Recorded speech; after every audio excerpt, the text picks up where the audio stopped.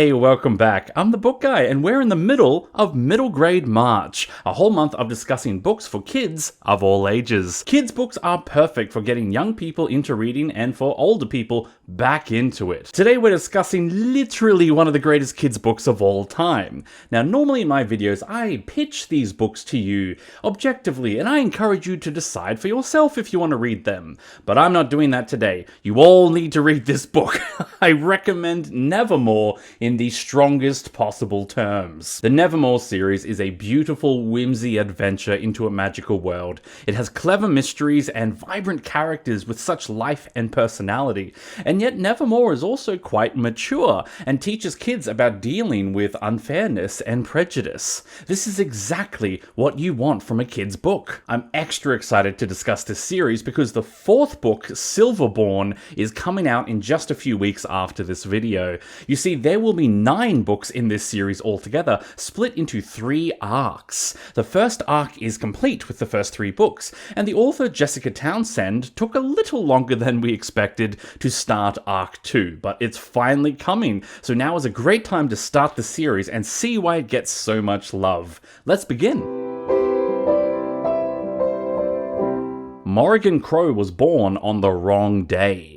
Now she is a cursed child and the source of all bad luck in her hometown of Jackalfax. Every time something goes wrong, her father has to pay for damages and she has to write an apology letter for bad crops, too much rain, or for someone spelling a word wrong in a spelling bee. But worst of all, cursed children are doomed to die on their 11th birthday. Morrigan essentially has a terminal illness, so surely no one's going to give her an apprenticeship, right?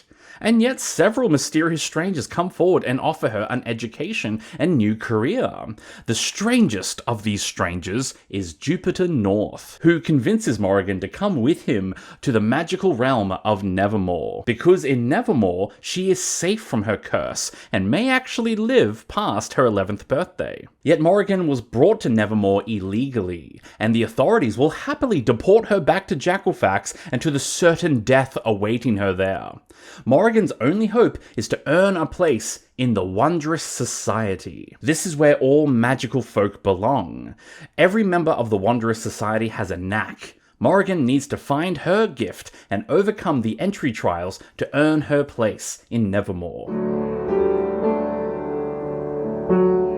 Now, when you hear about a kid's book in a magical world, you're inevitably going to compare it to Harry Potter or Alice in Wonderland, which is fair. The front cover of the first book does. It's just that type of story. But Nevermoor is truly unique in so many ways and doesn't just retread familiar ground. For one, Nevermoor doesn't take place on Earth. So Morrigan lives in Jackalfax in the Wintersea Republic, which is a non-magical country. Then she moves to the magical Nevermoor. So this isn't urban fantasy set in London, this is 100% a fantasy world. Nevermoor itself is an awesome place, filled with wonimals, intelligent animals who speak, including the giant Magnificats. There's all sorts of inventions and technology that do marvelous things, like the Brolly Rail, a mode of transport that carries you around the city if you just open up your umbrella and step boldly. There is some actual magic in the form of people with knacks.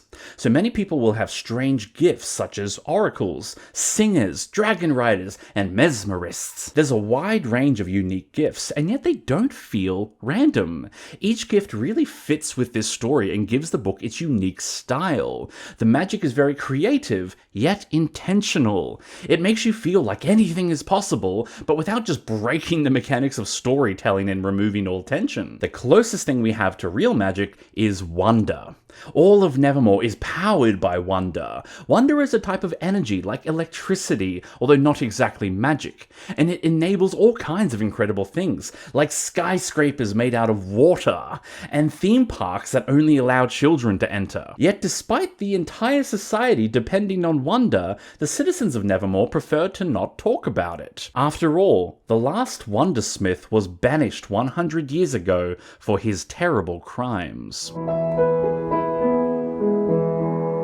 Morrigan Crow is a great main character. So she's cursed from birth and literally blamed for everything, so she's quite cynical and tough for an almost 11-year-old. She can stand up for herself and doesn't mind calling someone out for their bad behavior. Yet she has this deep desire to find real friends and connection, people who treat her like a real person and not just a bad luck charm. Morrigan is lonely for human connection, so she's tough enough to survive on her own, but wishes she didn't have to. Jupiter North is the whimsy man who rescues Morrigan and sponsors her for entry into the Wondrous Society. Now, Jupiter is very much the wise old mentor character who's also a little crazy and unpredictable.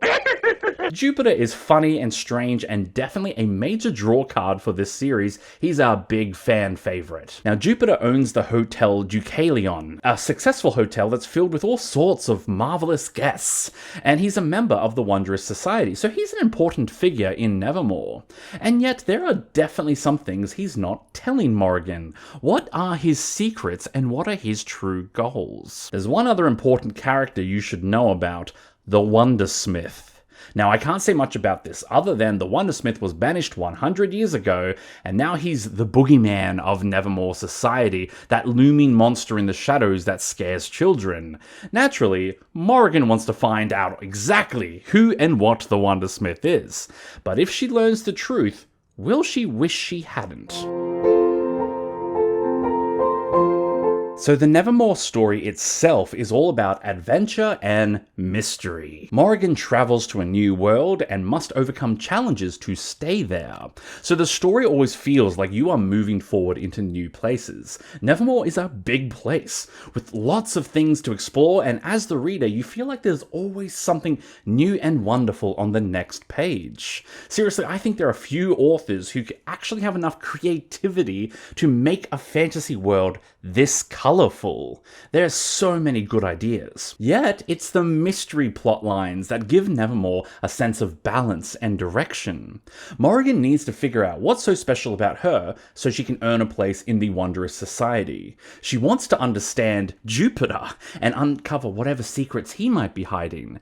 And she wants to find out about the Wondersmith and the truth of his great crimes. So there are so many things that the reader wants to know, and that's what makes this world so interesting. Because of the adventure plotlines, we feel like there's new marvels in Nevermoor, and yet because of the mystery plotlines, we feel like every new marvel could finally unravel the secrets that we long to know.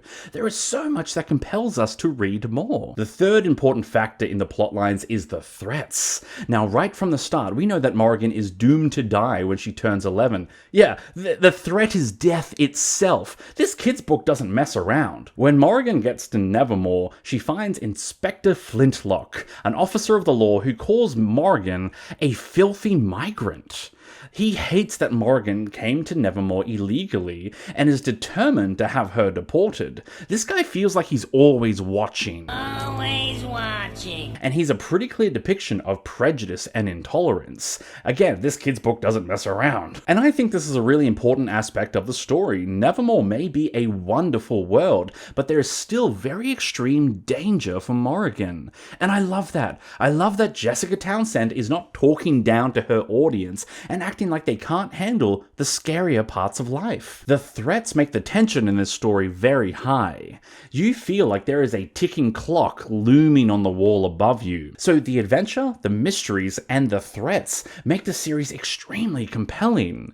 It's very easy to find yourself reading these books long past the point where you promised you were going to go to bed at the end of the next chapter.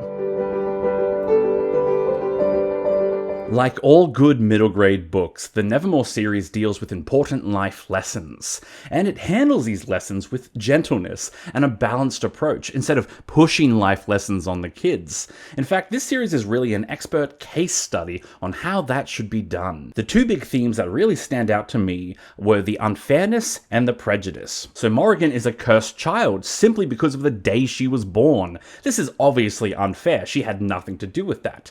Yet people blame her for everything, including things that are very much their own faults.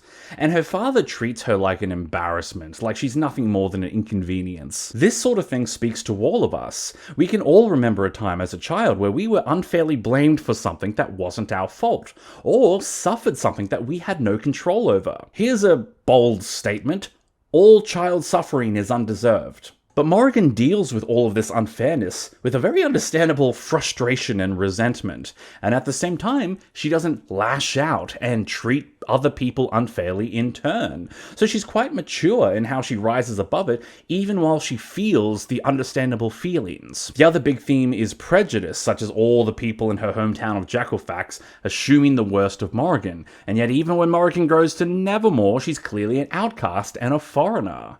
She's unfamiliar with Nevermoor ways, and she often falls behind her classmates who have far more advantages than her. Morrigan Crow is not the chosen one, as we so often see in middle grade fantasy. I'm the chosen one. Morrigan is not special and immediately loved and admired by all the people. In fact, she has to work so hard and overcome so much just to earn basic respect. These themes of unfairness and prejudice continue through all of the series, taking new forms in each book. In fact, let's talk about that. While Book 1 is all about Morrigan's adventure into Nevermoor and her quest to stay, the series keeps things fresh with each new story. Here's a brief but very vague overview without any spoilers. Book 2 deals with Morrigan studying her newfound knack and developing her power. There is also a new mystery of people who start disappearing from within the Wondrous Society. I should also mention here, I have one criticism of this series, and it's that Book 2 does not advance the plot very far. It's a great book, absolutely a worthy follow-up to Book 1. It was very much setting up a lot of things that ended up becoming very relevant in the next one. Book 3 deals with the Hollowpox, a newfound virus, an epidemic that affects the Wunimals of Nevermoor and causes them to revert back to being unspeaking animals. Yet the people of Nevermoor don't seem to care that much, since the Wunimals have always been second-class citizens. This book continues exploring the themes of prejudice. Curiously, this book was published right in the middle of the height of the COVID epidemic, and Jessica insisted that that similarity was purely coincidental. This had nothing to do with me, I assure you. But what comes after Book 3? Well, let me just say this. Book 3 kind of ends with a very significant event. It's very clear that Arc 1 is finished, that this is the end of an era, and that the series is shifting direction into the future. The first 3 books are very much Arc 1, not a trilogy, it's an arc. However, Book 4 was delayed. While the first 3 books were all published very close together, Book 4 was delayed multiple times. Now, the author did mention there were some personal challenges, but she also emphasized that Book 4 is very important. This is the start of Arc 2 in the Nevermoor series, and so she wanted to get it just right. So Silverborn comes out next month, and this will officially launch Arc 2 of the Nevermoor series. And just remember, the author has confirmed that there will be 9 books in total, most likely split into 3 arcs. So there's lots more to come.